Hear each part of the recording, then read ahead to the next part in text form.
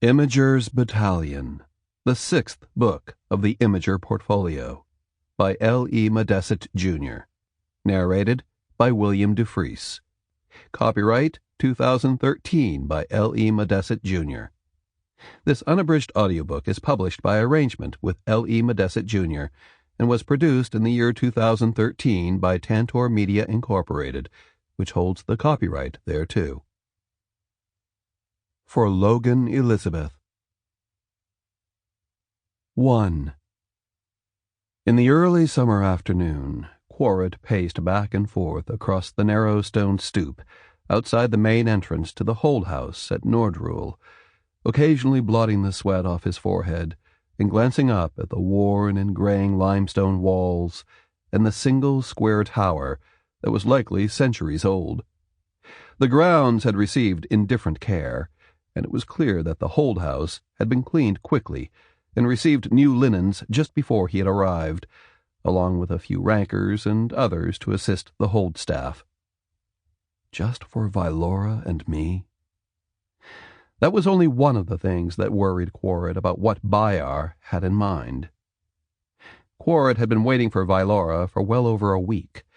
He had mostly recovered from the efforts that had changed the battle over Faravel from what would have likely been a bloody standoff into an overwhelming victory for Lord Bhayar and Telaryn, but at the uncounted cost of revealing to Bhayar the scope of his imaging abilities, and the other cost he had not even imagined.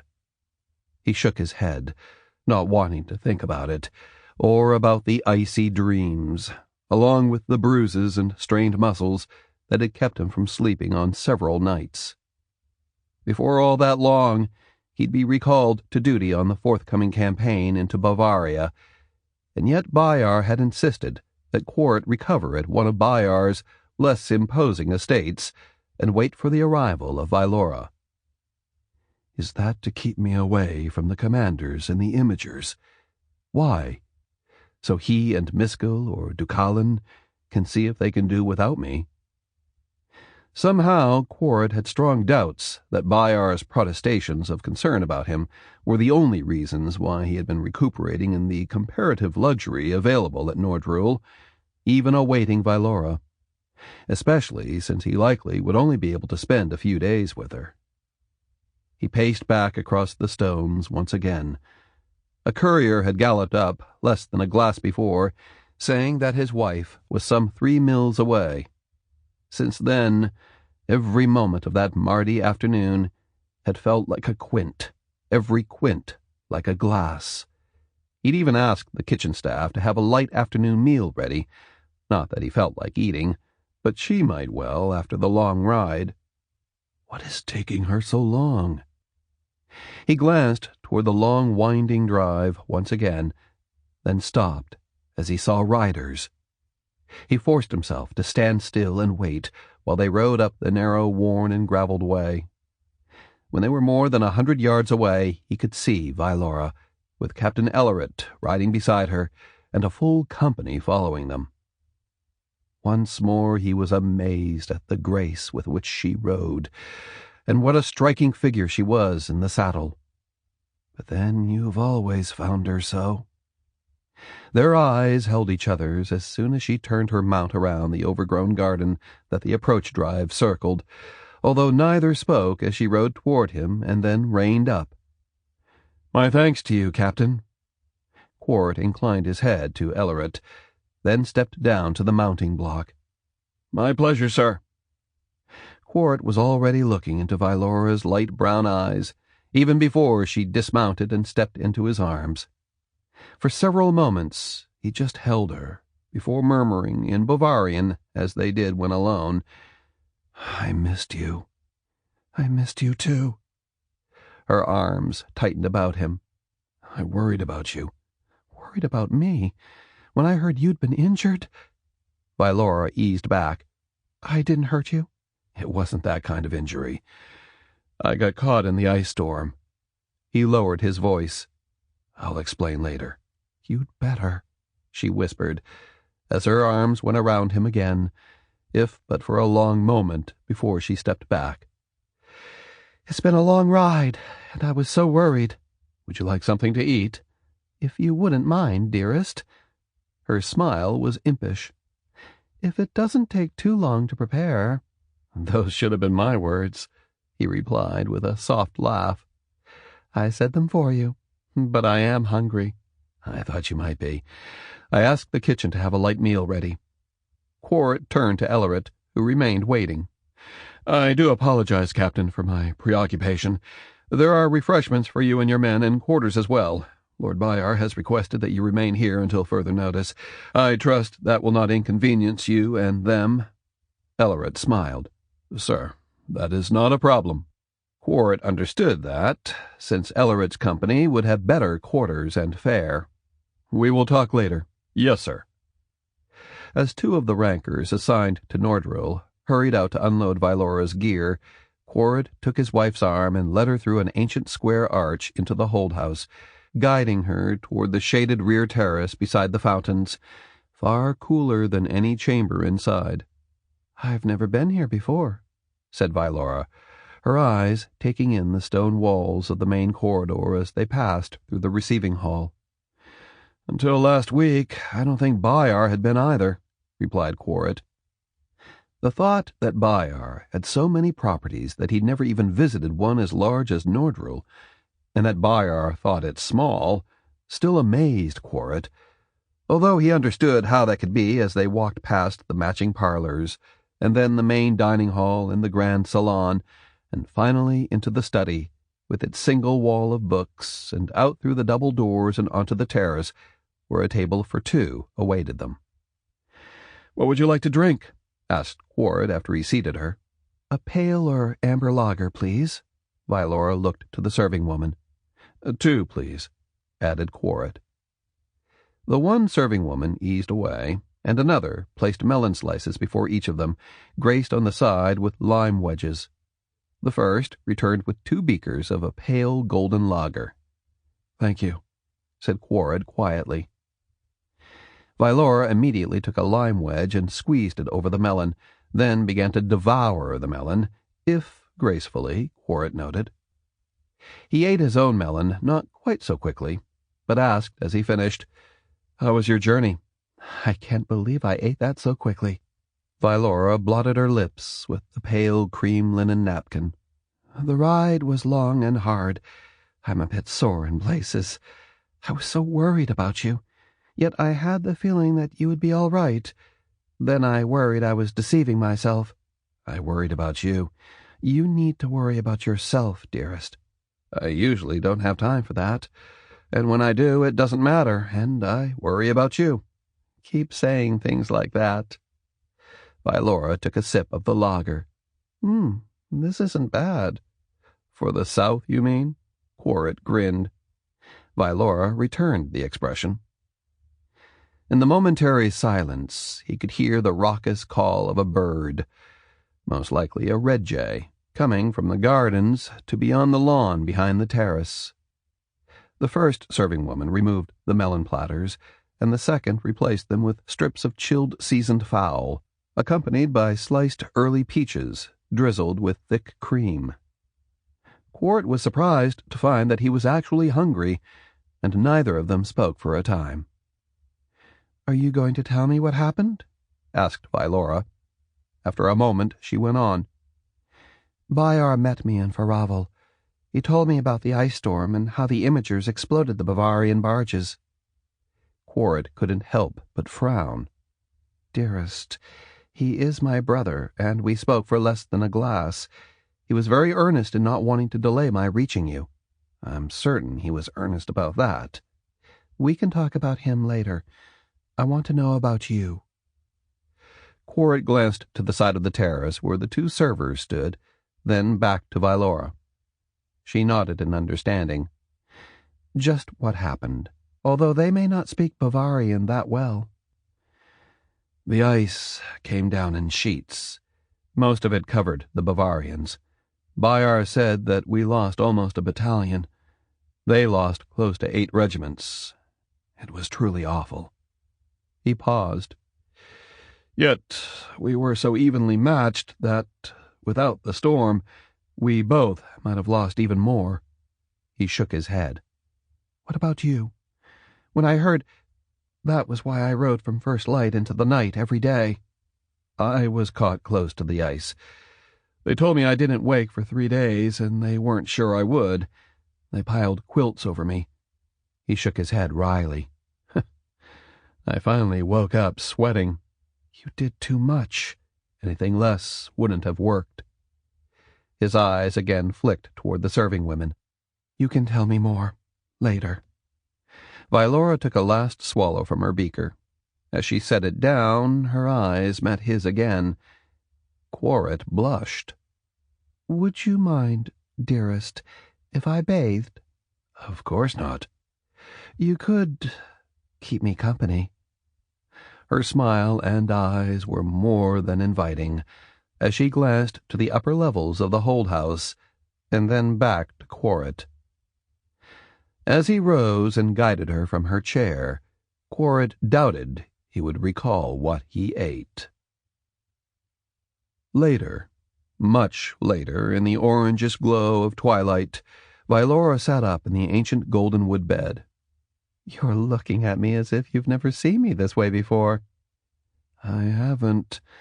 Not exactly like this. Not understanding what I might have lost. I told you. I missed you. There were times when I didn't know if I'd see you again. You got my letters? I got the note you left in my saddlebag and the one you wrote about the warm rain. That was what made it all possible. I don't know that I would have thought it out without your letter. I'm glad. I think you would have, but I wanted to make sure, or try to. After a moment, she went on. I told you that Bhayar did not wish to delay my reaching you. After seeing your bruises and everything, I can see why. She reached out and let her fingers run down the side of his face, along his jawline, before leaning forward and kissing him. Then she straightened, slightly disentangling herself from his arms. I'm not going anywhere, nor are you. Not in the next few days, anyway. Quaeryt couldn't help but frown. He told you that? He told me more than that. He was proud of what you did. He won't tell you. She paused. How did you do it? I told you. Dearest, it had to be more than warm rain, did it not? It was mostly warm rain. He paused, yet who else could he tell? Imaging takes heat, or something like it. Everyone thinks that the rain froze the Bavarians. He shook his head slowly. I'm not certain, but I think the imaging froze them first, and the ice rain coated them afterward. The imaging? It sucked the warmth out of them? He nodded. I fear so. Have you told Bhayar? I've told no one but you. Good. Never tell anyone else. I dare not tell Bhayar. Not the way he is playing us both. Of course he is. What else would you expect? You've proved to be a great weapon, and you love me, and I love you. He'll use both of us to become the ruler of all Lidar, or destroy us all in trying. Quaeryt was still astounded at the matter-of-fact way in which she regarded her brother, and how she could balance sisterly affection with cold calculation in assessing Bhayar. Then again, it could just be that women are better at that than men. Quaeryt didn't know. He only knew that Vylora was adept at seeing the undercurrents between people, but he'd never really known another woman, except in a casual sense, and he had never talked as honestly to anyone as he did to her. I don't see destroying him, first or later, as a good idea either. No. Someone has to unite Lidar, and we'll all be better off under him, especially with you at his side. That's not exactly a foregone conclusion, Quaeryt pointed out. It's anything but, Vylora replied, except the alternatives would be less happy for both of us. Quaeryt nodded slowly. History indicated that the relatives of unsuccessful conquerors seldom survived, and an imager who served such a ruler certainly wouldn't, unless they fled in obscurity, and that wasn't a path Quaeryt wanted to take, and doubted Vylora did either. He laughed, not quite bitterly. "That appears to be settled." "There's another complication, dearest." Vylora smiled. "Complication?" "It's early, but women in our family know almost immediately." "Women in your family?" Quaeryt swallowed. "You're not—" She nodded. "I feel that she'll be a girl." "Does Bhayar know?" "No, and he won't. Not until long after you and he leave for Ravel." Quaeryt didn't know what to say. "I decided, on those last days in Trerive, I knew you'd be safe, but I still couldn't let you go. Not without... I just couldn't." Her eyes were bright. Quaeryt leaned forward and folded his arms around her. "I love you. I love you both." He could feel his own eyes tearing up. 2. As Quaeryt and Vylora finished breakfast on Meredy, a meal taken somewhat later than was usual for them, Quaeryt lifted the small volume. "This is the book I was telling you about." "The one about Roland?" He nodded as he handed it to her, after opening it to the title page, which held only the title Roland and the Nameless, and the words Quaeryt, Tela. The title is ironic, you know," observed Vylora, taking the small volume. "More like a double meaning." He paused, then rose from the table on the terrace and walked to stand at her shoulder. "There's one page I thought you might find especially interesting. That's where I put the bookmark." He watched as she turned to the marked page, reading over her shoulder as she scanned the text. Roland spoke at many times and in many places about the vanity of attempting to achieve greatness, most notably at Gahanyara before his last trip to Quaeryt, but it is interesting to note that he never spoke of the cost of actually accomplishing great deeds. "He spoke in Gahanyara. There are no family stories about him, and you'd think there would be," mused Vylora. "Read on," suggested Quaeryt. Many have suggested that Roland was a giant of a man, a great warrior, with shoulders a yard across, and thews like the trunk of an oak, green-eyed and black-haired with a full black beard. Others that he was small and slender, almost frail, with fine red hair and piercing blue eyes. Neither description is accurate.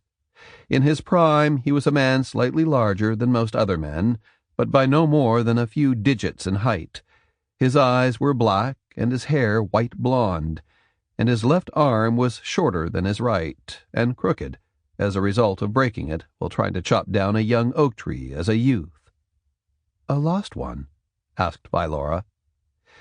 "The author never says, not in what I've read so far, anyway." "And you haven't read it all while you were waiting for me?" teased Vylora. "You just pined for me?"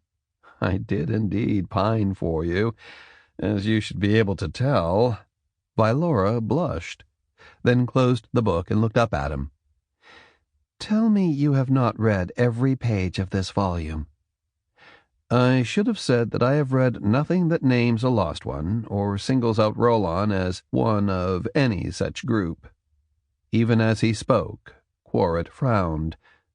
Someone had said something like that, somewhere. When had that been? At the sound of boots on the terrace stone, Quaeryt turned to face the ranker who had hurried out through the double doors from the study. "Yes, what is it?" "Lord Bhayar is riding up the drive, sir." Quaeryt turned to Vylora. "We will have to discuss my reading later, my lady. Shall we go greet your brother?" "We should." Vylora rose. "He would be disappointed otherwise." Left unsaid, as they re-entered the hold house and walked toward the main entrance, was that neither intended to disappoint Bhayar. At present. The Lord of Telaryn had not yet reached the largely neglected circular garden around which the entry drive curved to the main entrance, when Quaeryt and Vylora took positions on the wide stone stoop. They watched the company of Telaryn troopers follow Bhayar and then rein up around the drive as Bhayar rode forward to the entry, followed by a single ranker, and halted the large grey gelding. "You both look far happier than when I last saw either of you," announced Bhayar as he dismounted and handed the gelding's reins to the trooper behind him. He walked up the steps briskly and stopped, surveying the couple. "I had hoped that would be the case." "Dear brother, you did more than hope," said Vailora. "You made it possible." "One still hopes. Not everyone knows what is in their best interests, even those to whom one is related."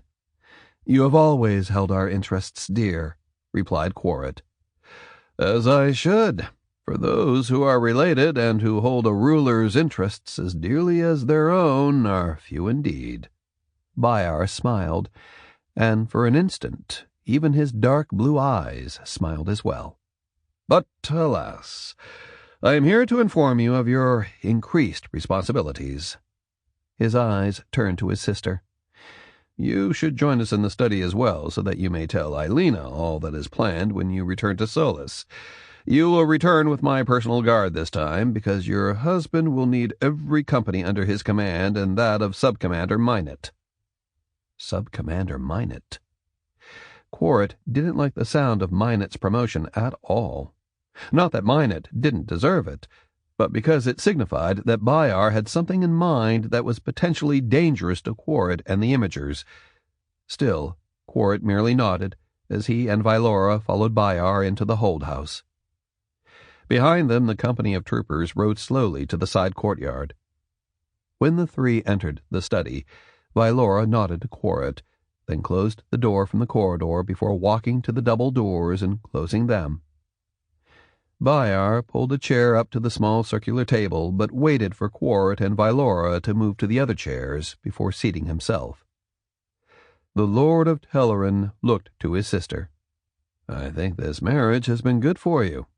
"I don't know that marriage has been good to me, but Quaeryt has been," replied Vailora. "Good. Keep it that way. Both of you." After a pause, he went on.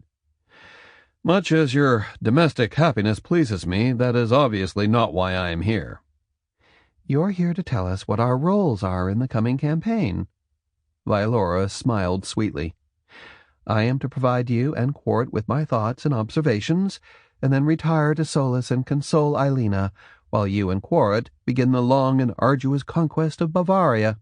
"Not exactly, sister dearest.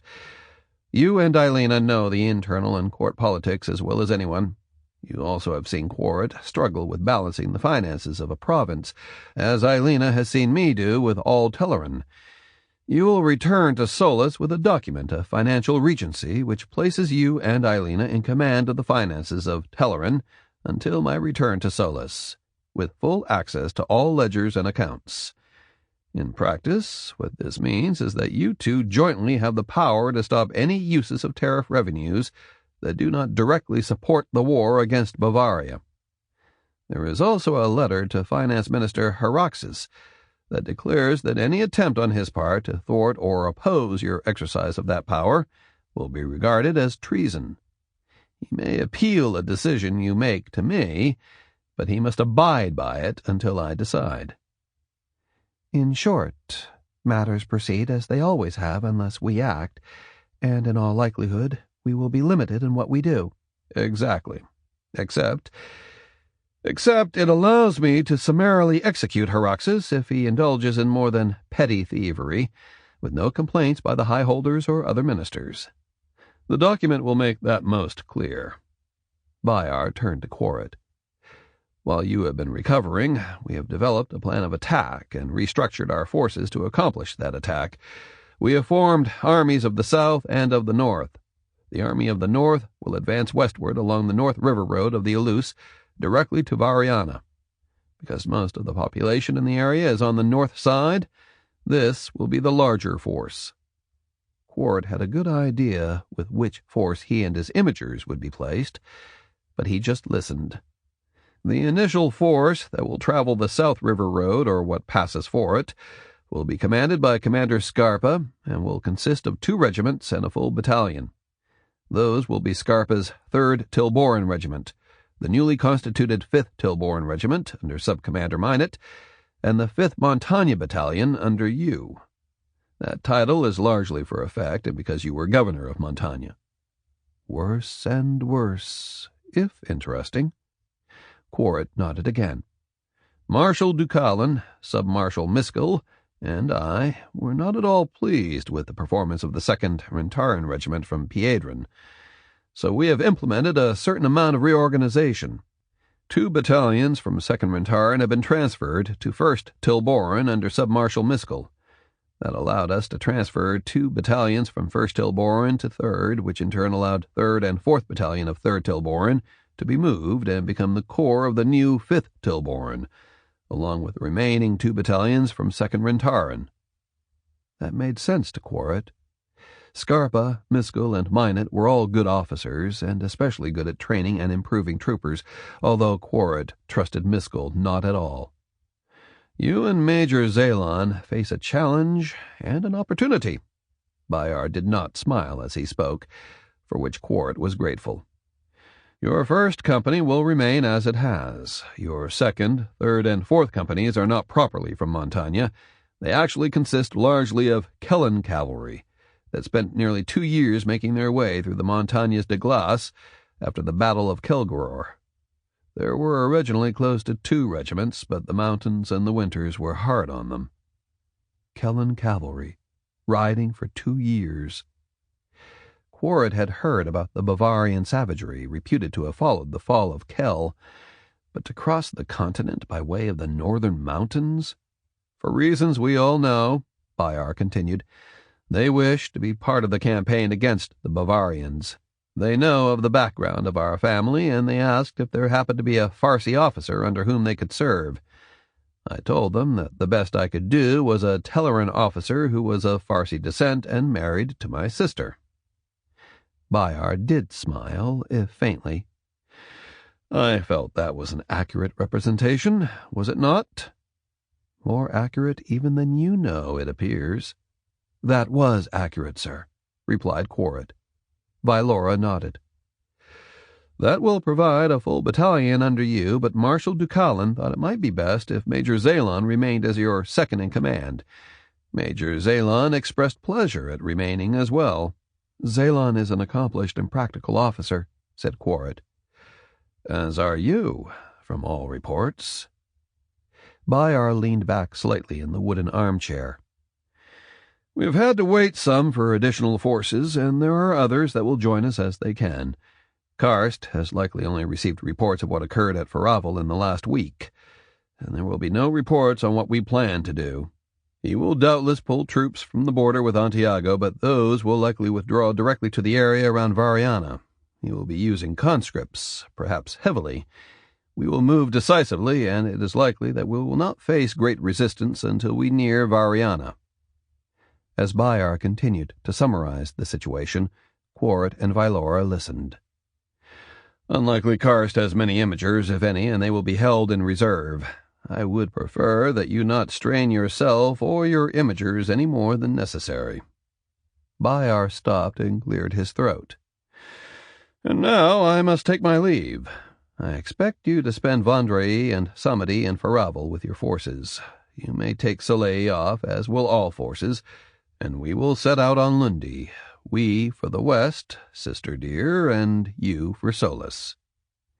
Bhayar rose from the table. Quaeryt stood, as did Vylora, although Vylora did so in a deliberate if graceful way, almost as if grudgingly. Both accompanied Bhayar to the main door and outside. There, Bhayar turned and inclined his head. My personal guard will be here for you, Vylora dear, by 7th glass on Lundi. There will be a leather folder with my authorization for you and Eilina. You think of everything, brother dear. I do attempt such, but dealing with you, as your husband will discover if he is not already, can be a challenge. With a broad smile, Bhayar mounted the grey. Quaeryt and Vylora watched as he rode down the drive and joined the waiting troopers. How much does he know, asked Quaeryt, about you being a lost one? or as strong an imager as you are." Vylora paused. Sample complete. Ready to continue?